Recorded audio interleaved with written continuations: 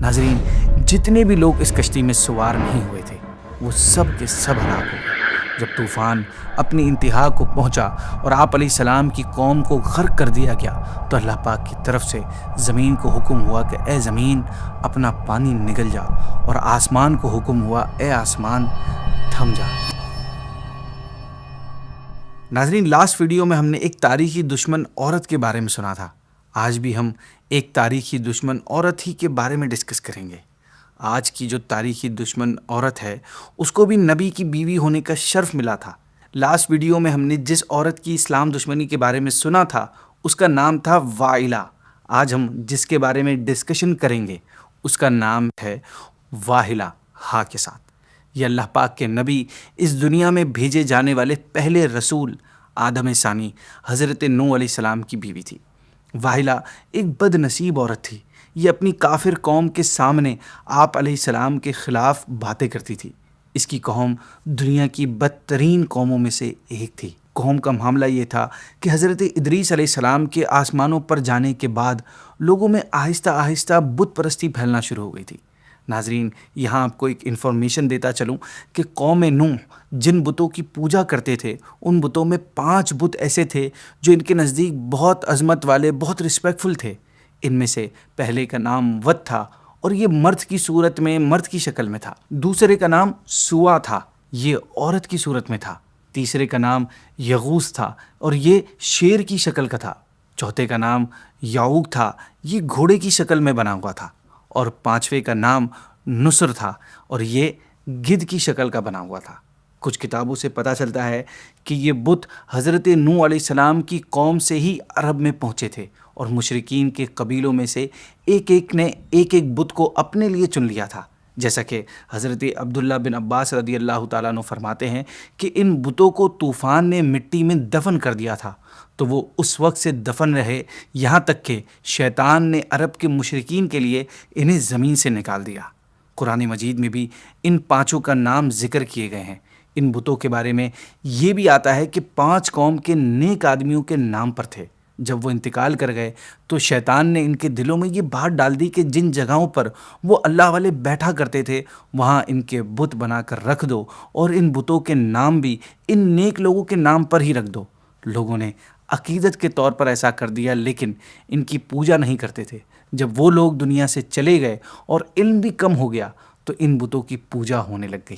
خیر، ہم اپنے ٹاپک پہ واپس آتے ہیں کہ جب کفر و شرک میں پڑے ان لوگوں کی ہدایت اور رہنمائی کے لیے اللہ پاک نے حضرت نوح علیہ السلام کو رسول بنا کر بھیجا۔ اللہ پاک نے آپ علیہ السلام کو یہ حکم دیا کہ وہ اپنی قوم کو عذاب الہی سے ڈرائیں کہ اگر وہ لوگ ایمان نہ لائے تو ان پر دنیا میں بھی خوفناک عذاب آئے گا اور آخرت میں بھی دردناک عذاب ملے گا۔ آپ علیہ السلام نے اللہ کے حکم پر عمل کرتے ہوئے قوم سے فرمایا کہ اے میری قوم، میں تمہیں اللہ پاک کے عذاب سے بہت کھلے انداز میں خبردار کر رہا ہوں اور ڈرا رہا ہوں اور تمہیں کہہ رہا ہوں کہ اللہ پاک کی توحید پر ایمان لے آؤ، شرک نہ کرو اور خدا کے غضب سے بچنے کے لیے اس کی نافرمانی سے دور رہو۔ آپ علیہ السلام کی تبلیغ کے جواب میں قوم نے نافرمانی کی، آپ علیہ السلام کو جھوٹا قرار دے دیا، توحید کو ماننے اور شرک کو چھوڑنے سے انکار کر دیا اور اس کے علاوہ دھمکی بھی دے دی کہ اگر آپ اپنی نصیحت اور دین کی دعوت سے باز نہ آئے تو ہم آپ کو پتھر مار مار کر قتل کر دیں گے۔ اس انکار اور دھمکیوں کے ساتھ آپ علیہ السلام کی شان میں گستاخانہ جملے بھی کہنے لگے کہ یہ پاگل ہیں معاذ اللہ۔ گویا حضرت نوح علیہ السلام کو فزیکلی، ایموشنلی، مینٹلی ہر طرح سے تکلیف پہنچانے کی ان نافرمانوں نے کوششیں کی۔ ناظرین، قوم کی ان تمام گستاخیوں میں آپ علیہ السلام کی بیوی یعنی واحلہ کا بھی رول تھا، کیونکہ یہ بھی اپنی قوم کی طرح آپ علیہ السلام کی دشمن تھی، اور اس کی دشمنی کا اندازہ اس بات سے لگائیے کہ یہ ہمیشہ اپنی قوم میں آپ کے خلاف جھوٹا پروپیگنڈا کرتی رہتی تھی، اور آپ علیہ السلام یعنی اس طرح کہتی تھی کہ معاذ اللہ آپ مجنون ہیں اور پاگل ہیں، ان کی بات نہ مانو۔ ایک دفعہ اس نے حضرت نوح علیہ السلام سے پوچھا کہ کیا آپ کا رب آپ کی مدد نہیں کرے گا؟ آپ نے فرمایا ہاں ضرور کرے گا۔ تو وہ کہنے لگی تو کب کرے گا؟ آپ علیہ السلام نے فرمایا کہ جب تور سے پانی ابلے گا تو یہ نشانی ہوگی کہ اللہ پاک میری مدد فرما رہا ہے۔ ناظرین، آپ علیہ السلام سے بات کر کے یہ اسلام دشمن عورت اپنی قوم کے پاس گئی اور معاذ اللہ آپ کا مذاق اڑاتے ہوئے کہنے لگی کہ اے لوگو، اللہ کی قسم، وہ یعنی حضرت نوح علیہ السلام مجنون ہے۔ تو اس طرح یہ آپ علیہ السلام کی بیوی ہوتے ہوئے بھی لوگوں کو آپ کے خلاف بھڑکاتی تھی۔ یعنی ایک طرف تو وہ اسلام دشمن تھی ہی، اور دوسری طرف وہ ایک کم ظرف اور بد اخلاق بیوی بھی تھی، جسے اپنی زندگی کے قیمتی ترین رشتے کا بھی کوئی لحاظ نہ تھا۔ یہ ان کی باتیں لوگوں کو بتاتی تھی، جس کے بعد وہ آپ علیہ السلام کو مزید تکلیفیں پہنچاتے تھے۔ خیر، حضرت نوح علیہ السلام بھی ایک بڑے ہی ہمت والے رسول تھے۔ آپ علیہ السلام نے دعوت دین کی خاطر اپنی تمام تکلیفوں کو برداشت کیا۔ آپ علیہ السلام اپنی قوم میں 950 سال رہے، 950 ایئرس۔ اس پورے ٹائم پیریڈ میں آپ نے اپنی قوم کو توحید اور ایمان کی دعوت دینے کا عمل جاری رکھا، اور ان کی طرف سے پہنچنے والی سختیوں اور ایذاؤں پر، تکلیفوں پر صبر کیا۔ جب قوم اپنی حرکتوں سے باز نہ آئی اور ایمان لانے کے بجائے کفر پر اڑی رہی، تو اللہ پاک نے آپ علیہ السلام کی طرف وحی بھیجی کہ آپ کی قوم کے جن لوگوں کو ایمان قبول کرنا تھا وہ تو ایمان قبول کر چکے، ان کے علاوہ جو لوگ اپنے کفر پر ہی قائم ہیں وہ اب کسی صورت ایمان قبول نہیں کریں گے۔ اس لیے اس لمبے عرصے کے دوران کفار کی طرف سے آپ کو جو تکلیفیں اور اذیتوں کا سامنا ہوا ہے ان پر غم نہ کریں۔ ان کفار کے کرتوت ختم ہو گئے اور اب ان سے انتقام لینے کا وقت آ گیا ہے۔ ناظرین، ان کفار میں اللہ کی دشمن واحلہ بھی شامل تھی۔ قوم کے ساتھ اس کا انجام کے وقت بھی قریب آ گیا تھا۔ اب کفار پر عذاب چونکہ کئی طریقوں سے آ سکتا تھا، اس لیے اللہ پاک نے آپ علیہ السلام کو بتا دیا کہ وہ عذاب ڈبو دیے جانے کی صورت میں ہوگا، اور ڈوبنے سے بچنے کی صورت صرف کشتی کے ذریعے ممکن تھی۔ اس لیے اللہ پاک نے آپ علیہ السلام کو کشتی تیار کرنے کا حکم دیا۔ کشتی 2 سال میں تیار ہوئی۔ اس کی لمبائی 300 گز، چوڑائی 50 گز، اونچائی 30 گز۔ اس کشتی میں 3 فلورز بنائے گئے تھے۔ جب عذاب کا وقت قریب آ گیا تو اللہ پاک نے آپ علیہ السلام کو 3 طرح کی چیزیں کشتی میں سوار کرنے کا حکم ارشاد فرمایا۔ ہر جانور اور پرندے میں سے نر اور مادہ کا ایک جوڑا۔ حضرت نوح علیہ السلام کے گھر والے، یہ کل 7 لوگ تھے۔ حضرت نوح علیہ السلام، ان کے 3 بیٹے سام، حام، یافس، اور ان تینوں کی بیویاں۔ تیسرے وہ لوگ جو حضرت نوح علیہ السلام پر ایمان لائے تھے، یہ کل 80 لوگ تھے۔ جب تمام ایمان لانے والے اس کشتی پر سوار ہو گئے اور اللہ کے عذاب کا وقت آ گیا تو آسمان سے زبردست بارش برسی، اور یہ لگاتار 40 دن رات برستی رہی۔ اس دوران زمین سے بھی پانی اتنا نکلا کہ زمین چشموں کی طرح ہو گئی۔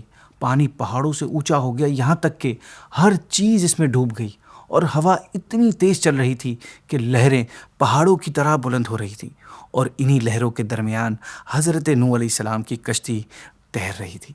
ناظرین، جتنے بھی لوگ اس کشتی میں سوار نہیں ہوئے تھے وہ سب کے سب ہلاک ہو گئے۔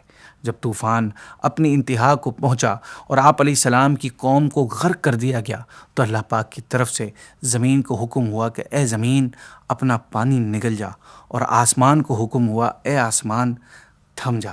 اس کے بعد زمین خشک کر دی گئی۔ یوں حضرت نوح علیہ السلام کی کافر قوم مکمل طور پر ہلاک ہو گئی، جبکہ حضرت نوح علیہ السلام کی کشتی 6 مہینے زمین میں گھوم کر موصل یا شام میں موجود جودی پہاڑ پر ٹھہر گئی۔ ناظرین، طوفان میں غرق ہو کر مرنے والوں میں واحلہ بھی تھی۔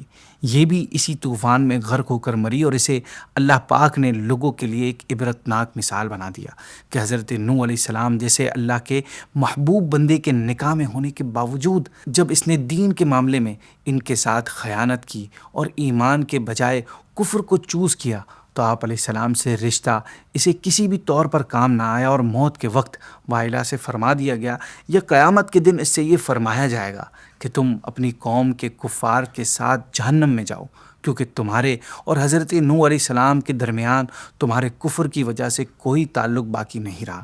ناظرین، کتنی بد نصیبی، بد قسمتی کی بات ہے کہ اسے ایک نبی کی زوجہ ہونے کا شرف حاصل ہوا، اور کئی سالوں یہ اللہ پاک کے نبی حضرت نوح کی صحبت میں رہی، لیکن اسے اس صحبت سے کوئی فائدہ نہ ہوا، بلکہ یہ آپ علیہ السلام کی دشمن بن گئی، اور آپ علیہ السلام کی بے ادبی بھی کرتی تھی۔ اس کی اسی توہین اور بے ادبی کی وجہ سے اس کو ایمان نصیب نہیں ہوا، اور یہ بے ایمان ہو کر مر گئی، اور آخرت میں جہنم میں جائے گی۔ ناظرین، لاسٹ ویڈیو میں ہم نے واحلہ کے بارے میں سنا تھا، آج ہم نے واحلہ کے بارے میں سنا۔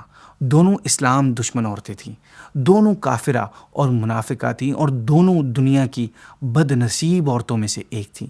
ایک طرف تو یہ دو اسلام دشمن عورتیں تھیں جن کے بارے میں آپ نے ڈیٹیل میں جان لیا۔ اب میں یہاں آپ کے سامنے دو اور عورتوں کا انٹروڈکشن کرواتا ہوں جو کہ ایمان والی عورتیں تھیں۔ ویسے تو ہماری ویڈیوز کا ٹاپک تاریخی دشمنوں پر ہے، لیکن میں آپ کو ان دو مومنہ عورتوں کا انٹروڈکشن کیوں کروا رہا ہوں، اس کا ریزن میں آپ کو ویڈیو کے اینڈ میں بتاؤں گا۔ پہلی عورت آسیہ بنت مزاحم رضی اللہ تعالیٰ عنہا ہے۔ یہ فرعون کی بیوی تھی۔ فرعون تو حضرت موسیٰ علیہ السلام کا بہت سخت دشمن تھا، لیکن حضرت آسیہ رضی اللہ عنہا نے جب جادوگروں کو حضرت موسیٰ علیہ السلام کے سامنے ہارتے ہوئے دیکھا تھا تو فوراً ان کے دل میں ایمان کا نور چمک اٹھا تھا اور وہ ایمان لے آئی تھی۔ جب فرعون کو اس بات کا پتہ چلا تو ظالم نے آپ کو بہت سخت سزائیں دیں، یہاں تک کہ آپ رضی اللہ عنہ کے ہاتھوں اور پیروں میں لوہے کی کیلیں ٹھونک کر 4 کھونٹوں میں اس طرح جکڑ دیا تھا کہ آپ ہل بھی نہیں سکتی تھی، اور بھاری پتھر سینے پر رکھ کر سخت گرمی اور دھوپ میں ڈال دیا تھا، اور کھانا پینا تک بند کر دیا تھا۔ جب فرعون کا ظلم حد سے بڑھ گیا تو آپ رضی اللہ عنہ نے اللہ پاک کی بارگاہ میں عرض کی کہ اے میرے رب، میرے لیے اپنے پاس جنت میں گھر بنا دے۔ اللہ پاک نے آپ کا جنتی مکان آپ پر ظاہر فرمایا، اور اس کی خوشی میں آپ پر فرعون کے ظلم و ستم کی جو تکلیفیں تھیں وہ آسان ہو گئی۔ پھر آپ نے عرض کی کہ مجھے فرعون اور اس کے کفر و شرک اور ظلم سے نجات عطا فرما۔ سو اللہ پاک نے آپ کی یہ دعا بھی قبول فرمائی اور آپ کی روح قبض فرمائی۔ اور دوسری مومنہ عورت ہیں حضرت مریم بنت عمران رضی اللہ تعالیٰ عنہ۔ یہ حضرت عیسیٰ علیہ السلام کی والدہ ہیں۔